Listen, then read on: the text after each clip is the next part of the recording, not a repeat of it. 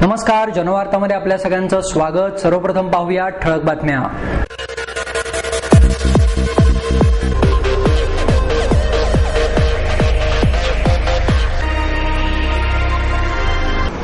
गदिमांशिवाय मराठी साहित्याचा अध्याय अपूर्ण आहे, त्यामुळे गदिमांसारखा राजहंस पुन्हा होणे नाही, पोलीस महासंचालक अजित पारसनीस यांचं मत। रायगड किल्ल्यावरील शिवसमाधी समोरील वाघ्या कुत्र्याची समाधी हटवण्यात यावी, संभाजी ब्रिगेडची मागणी। क्रिएटिव्ह फाउंडेशनच्या वतीने स्वातंत्र्यवीर सावरकर जयंतीनिमित्त स्वतंत्रते भगवती या कार्यक्रमाचे 27 मेला आयोजन। नगरसेवक विठ्ठल हणमगर यांच्या वाढदिवसानिमित्त पुणे शहरात मोफत पीयूसी चाचणी शिबिराचे आयोजन। राजकारणात काम करणाऱ्याने स्वच्छ मनाने काम केल्यास ती व्यक्ती यशस्वी होते, पुणे विद्यापीठाचे माजी कुलगुरू डॉक्टर शन्ना नवलगुणकर यांचं मत। आणि स्नेहल प्रकाशनच्या वतीने मुकुंद दातार लिखित वारकरी विश्व आणि समर्थ रामदास या पुस्तकाचे प्रकाशन प्रवचनकार चैतन्य महाराज देगलूरकर यांच्या हस्ते संपन्न।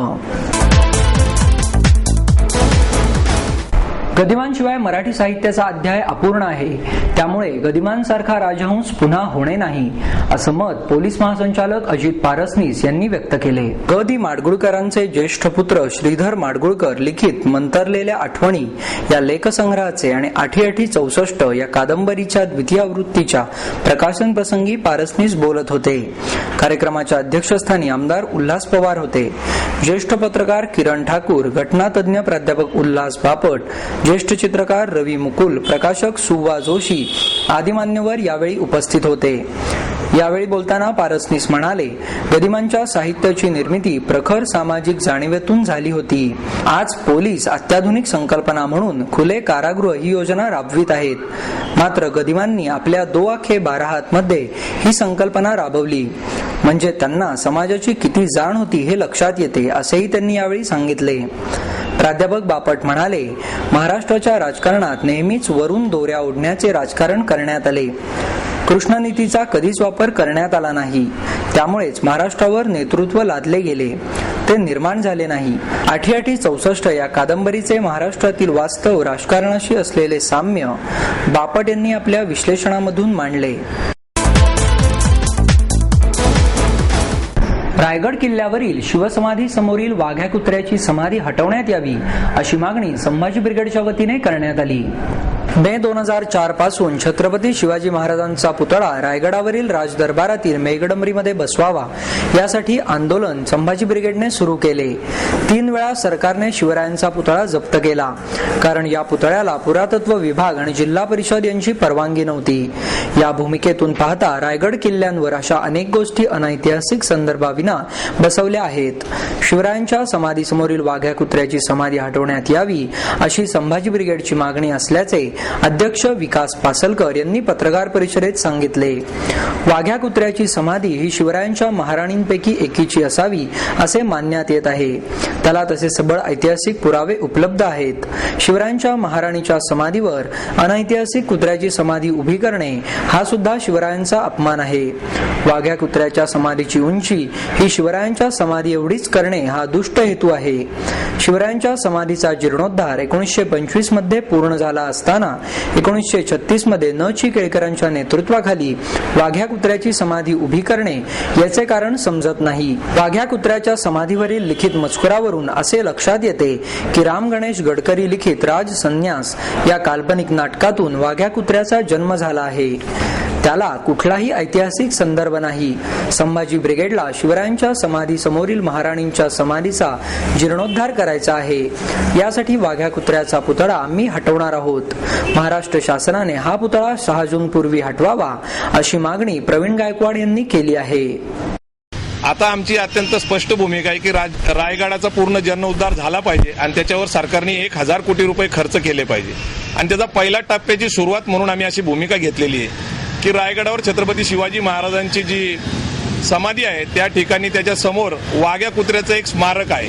मुळात ते स्मारक छत्रपती शिवाजी महाराजांच्या एका महाराणीचं आहे, आणि महाराणीच्या पुतळ्या समाधीवर वाघ्या कुत्र्याचा पुतळा उभा करण्यात आलाय, जो की छत्रपती शिवाजी महाराजांच्या समाधी इतकाच उंच, किंचित तो थोडासा उंचच आहे.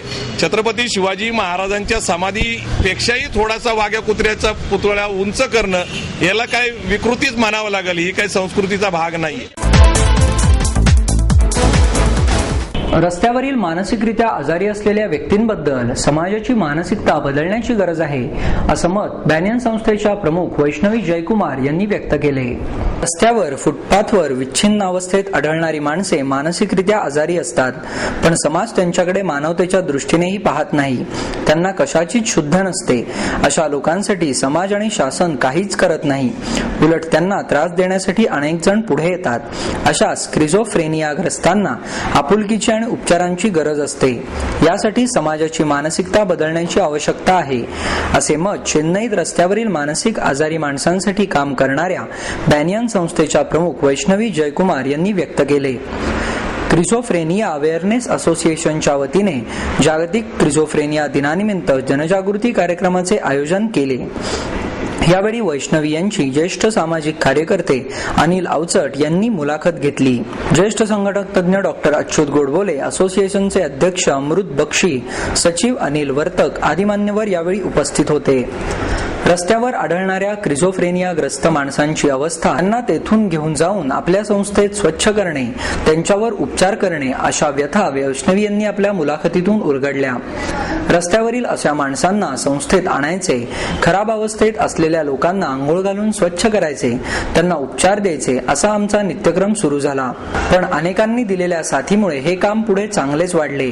आज आमच्या संस्थेत 350हून अधिक स्क्रिझोफ्रेनियाग्रस्त माणसे आहेत, तर 1000हून अधिक लोकांना आम्ही बरे करून त्यांच्या घरी सोडले आहे, असेही वैष्णवी यांनी यावेळी सांगितले. महाविद्यालयामध्ये असताना क्रिझोफ्रेनियाग्रस्तांबाबत कधीच विचार केला नव्हता. खूप पैसे कमवणे आणि सुखी जीवन जगणे हा विचार मी केला होता, पण 22व्या वर्षी असा एक अपघात झाला की त्यातून माझे आयुष्यच बदलून गेले. एकदा महाविद्यालयातून जाताना आम्हाला एक महिला रस्त्यावर विच्छिन्न अवस्थेत आढळून आली. तिला कशाचीच शुद्ध नव्हती. तिच्या अंगावर तोकडेच कपडे होते. त्यामुळे आम्ही तिला महाविद्यालयात नेले आणि कपडे घालायला दिले.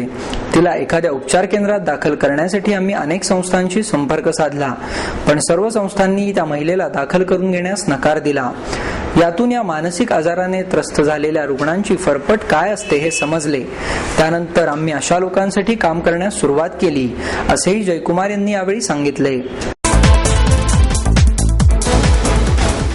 आधार कार्डबाबत चांगल्या अंमलबजावणीच्या मागणीसाठी भाजप युवा मोर्चाच्या वतीने पालिका अधिकाऱ्यांना घेराव घालण्यात आला. शहरातील नागरिकांना देण्यात येणाऱ्या आधार कार्ड बाबतची अंमलबजावणी चांगल्या पद्धतीने करण्यासाठी क्षेत्रीय कार्यालयातील संगणकांची संख्या वाढवण्यात यावी, हे संगणक चालवण्यासाठी तज्ज्ञांची नेमणूक करावी, महिलांसाठी स्वतंत्र रांग करण्यात यावी, अशा विविध मागण्यांसाठी भारतीय जनता पक्ष युवा मोर्चाच्या कार्यकर्त्यांनी विश्रामबाग क्षेत्रीय कार्यालयातील क्षेत्रीय अधिकाऱ्यांना घेराव घालून आंदोलन केले. आधार कार्ड देण्यासाठी नियुक्त केलेल्या कर्मचाऱ्यांनी आलेल्या नागरिकांशी सौजन्याने वागावे, नागरिकांना समाजातील अशा सूचना लावण्यात याव्यात, सुट्टीच्या दिवशी देखील कार्यालय सुरू ठेवावे, तसेच हे कार्ड देणाऱ्या केंद्रांची संख्या वाढवावी, अशा सूचना संघटनेच्या वतीने क्षेत्रीय अधिकाऱ्यांना लेखी निवेदनाद्वारे करण्यात आल्या. या सूचनांची अंमलबजावणी 48 तासात न झाल्यास तीव्र आंदोलन करण्याचा इशारा संघटनेने दिला आहे. यावेळी नामदेव माळवदे, उदय कांबळे, प्रमोद कोंढरे, दीपक पोटे, धनंजय पाटोळे, संजय सुपेकर, संतोष फडताळे, विशाल काळे यांच्यासह अनेक पदाधिकारी आणि कार्यकर्ते मोठ्या संख्येने उपस्थित होते. क्रिएटिव्ह फाउंडेशनच्या वतीने स्वातंत्र्यवीर सावरकर जयंतीनिमित्त 27 मेला स्वतंत्रते भगवती या कार्यक्रमाचे आयोजन करण्यात आले आहे. स्वातंत्र्यवीर सावरकर यांच्या 128व्या जयंतीनिमित्त क्रिएटिव्ह फाउंडेशनच्या वतीने षड्ज पंचम आयोजित स्वतंत्रते भगवती हा इतिहासाची वर्तमानाशी नाळ जोडण्यासाठी संतांच्या भक्तीचा, शिवरायांच्या शक्तियुक्तीचा आणि वीर सावरकरांच्या प्रखर राष्ट्रभक्तीचा शब्दस्वरमयी वेध घेणारा कार्यक्रम सादर करण्यात येणार आहे.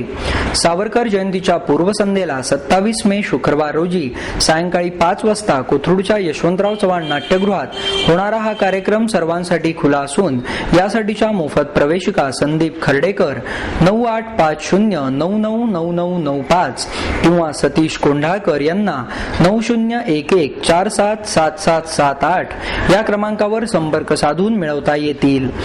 या कार्यक्रमाची संकल्पना आणि निवेदन हेमंत बर्वे यांचे असून सुप्रसिद्ध अभिनेते शरद पोंक्षे यांचा या कार्यक्रमात विशेष सहभाग असणार आहे.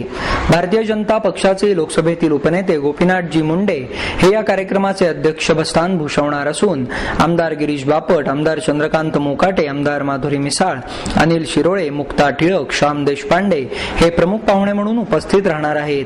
सावरकरांचे विचार समाज मनामध्ये रुजवण्याचे स्पृहणीय कार्य केल्याबद्दल अभिनेते शरद पोंक्षे आणि हेमंत बर्वे यांचा गोपीनाथजी मुंडे यांच्या हस्ते विशेष सत्कार करण्यात येणार असल्याचे संयोजक आणि क्रिएटिव्ह फाउंडेशनचे अध्यक्ष संदीप खर्डेकर यांनी जाहीर केले. यावेळी सतीश कोंढाळकर, मंजुश्री खेर्डेकर, मंदार बलकवडे, सतीश भेलके आदी उपस्थित होते. नगरसेवक विठ्ठल हणमगर यांच्या वाढदिवसानिमित्त शहरात मोफत पीयूसी चाचणी शिबिराचे आयोजन करण्यात आले. सिंहगड रोड, गणेश मळा, दत्तवाडी, म्हसोबा चौक अशा विविध भागात या शिबिराचे आयोजन करण्यात आले. यावेळी संजय लोकरे, राम थोरात, शेखर कांबळे, विनायक कोठावळे, प्रशांत मारणे, अभि बारावरकर, बाळासाहेब थोपटे आदी कार्यकर्ते आणि पदाधिकारी मोठ्या संख्येने उपस्थित होते. विठ्ठल हणमगर यांच्या वाढदिवसानिमित्त मातोश्री वृद्धाश्रमामध्ये वृद्धांसाठी फळे वाटप, ससून रुग्णालयातील अनाथ मुलांसाठी 21,000 रुपयांची देणगी तसेच वॉर्डात वृक्षारोपण अशा विविध कार्यक्रमांचे आयोजन पुणे शहरात करण्यात येणार आहे. सालाबादप्रमाणे येथे बरेचसे सामाजिक उपक्रम तसे म्हणजे आपले वृक्षारोपण, पीयूसी चाचणी, लहान मुलांना खाऊ वाटप, फळं वाटप, तसेच महिला वृद्धाश्रमामध्ये जाऊन त्यांना महिलांना तसेच अनाथ आश्रमामध्ये जाऊन मुलांना फळे तसेच 21,000 रुपये रोख असे देणगी देण्यात येणार आहे. तसेच दत्तवाडी परिसरामध्ये बऱ्याच ठिकाणी वृक्षारोपण आणि प्रदूषण चाचणी असे सामाजिक उपक्रम करण्यात येत आहेत. राजकारणात काम करणाऱ्याने स्वच्छ मनाने काम केल्यास ती व्यक्ती राजकारणात यशस्वी होते, असं मत पुणे विद्यापीठाचे माजी कुलगुरू डॉक्टर शन्ना नवलगुणकर यांनी व्यक्त केले. भाजपच्या राष्ट्रीय चिटणीसपदी नियुक्ती झाल्याबद्दल श्यामसुंदर जाजू यांचा डॉक्टर नवलगुणकर यांच्या हस्ते सत्कार करण्यात आला. ज्येष्ठ साहित्यिक द मा मिराजदार, रामभाऊ माळगी प्रबोधिनीचे मुख्य संचालक विनय सहस्त्रबुद्धे, आमदार गिरीश बापट, चंद्रकांत पाटील, ज्येष्ठ विधिज्ञ सत्कार समितीचे अध्यक्ष ॲडव्होकेट S.K. जैन, प्रतिभा जाजू, भाजपच्या गटनेत्या मुक्ता टिळक आदी मान्यवर यावेळी उपस्थित होते. यावेळी बोलताना डॉक्टर नवलगुणकर म्हणाले, राजकारणी व्यक्तींच्या चुकीच्या वागण्यामुळे ते लोकांच्या टीकेचे लक्ष्य झाले आहेत. त्यामुळे राजकारण्यांनी जबाबदारीने वागणे गरजेचे आहे. जाजू यांनी सत्काराला उत्तर दिले. Advocate S.K. जैन यांनी कार्यक्रमाचे प्रास्ताविक केले तर A.P. कुलकर्णी यांनी आभार मानले. स्नेहल प्रकाशनच्या वतीने मुकुंद दातार लिखित वारकरी विश्व आणि समर्थ रामदास या पुस्तकाचे प्रकाशन प्रवचनकार चैतन्य महाराज देगलूरकर यांच्या हस्ते करण्यात आले. यावेळी संत रामदासांच्या साहित्याचे अभ्यासक प्राध्यापक प्रभाकर पुजारी, प्रकाशक रवींद्र घाटपांडे आदी मान्यवर उपस्थित होते. वैदिक परंपरेमध्ये परमेश्वराच्या निर्गुण आणि सगुण भक्तीचे महत्त्व सांगितले आहे. मात्र या दोन्हींमध्ये बुद्धिवादातून मतभेद निर्माण करण्यात आला आहे. प्रत्यक्षात निर्गुण आणि सगुण भक्तीमधील विविधता हे हिंदू संस्कृतीचे भूषणच आहे, असे मत प्रवचनकार चैतन्य महाराज देगलूरकर यांनी व्यक्त केले. पुढे बोलताना देगलूरकर म्हणाले, संत रामदास आणि संत तुकाराम समकालीन होते. ज्ञानमार्गाने परमेश्वराची निर्गुण भक्ती करता येते.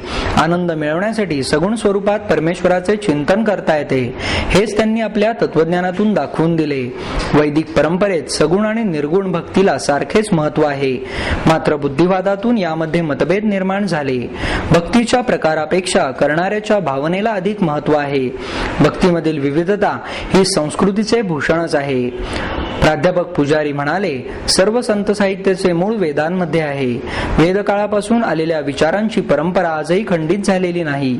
संत रामदासांनी दिलेला महाराष्ट्र धर्म वाढवावा हा विचार वैदिक परंपरेचा भाग आहे, असेही त्यांनी यावेळी बोलताना सांगितले.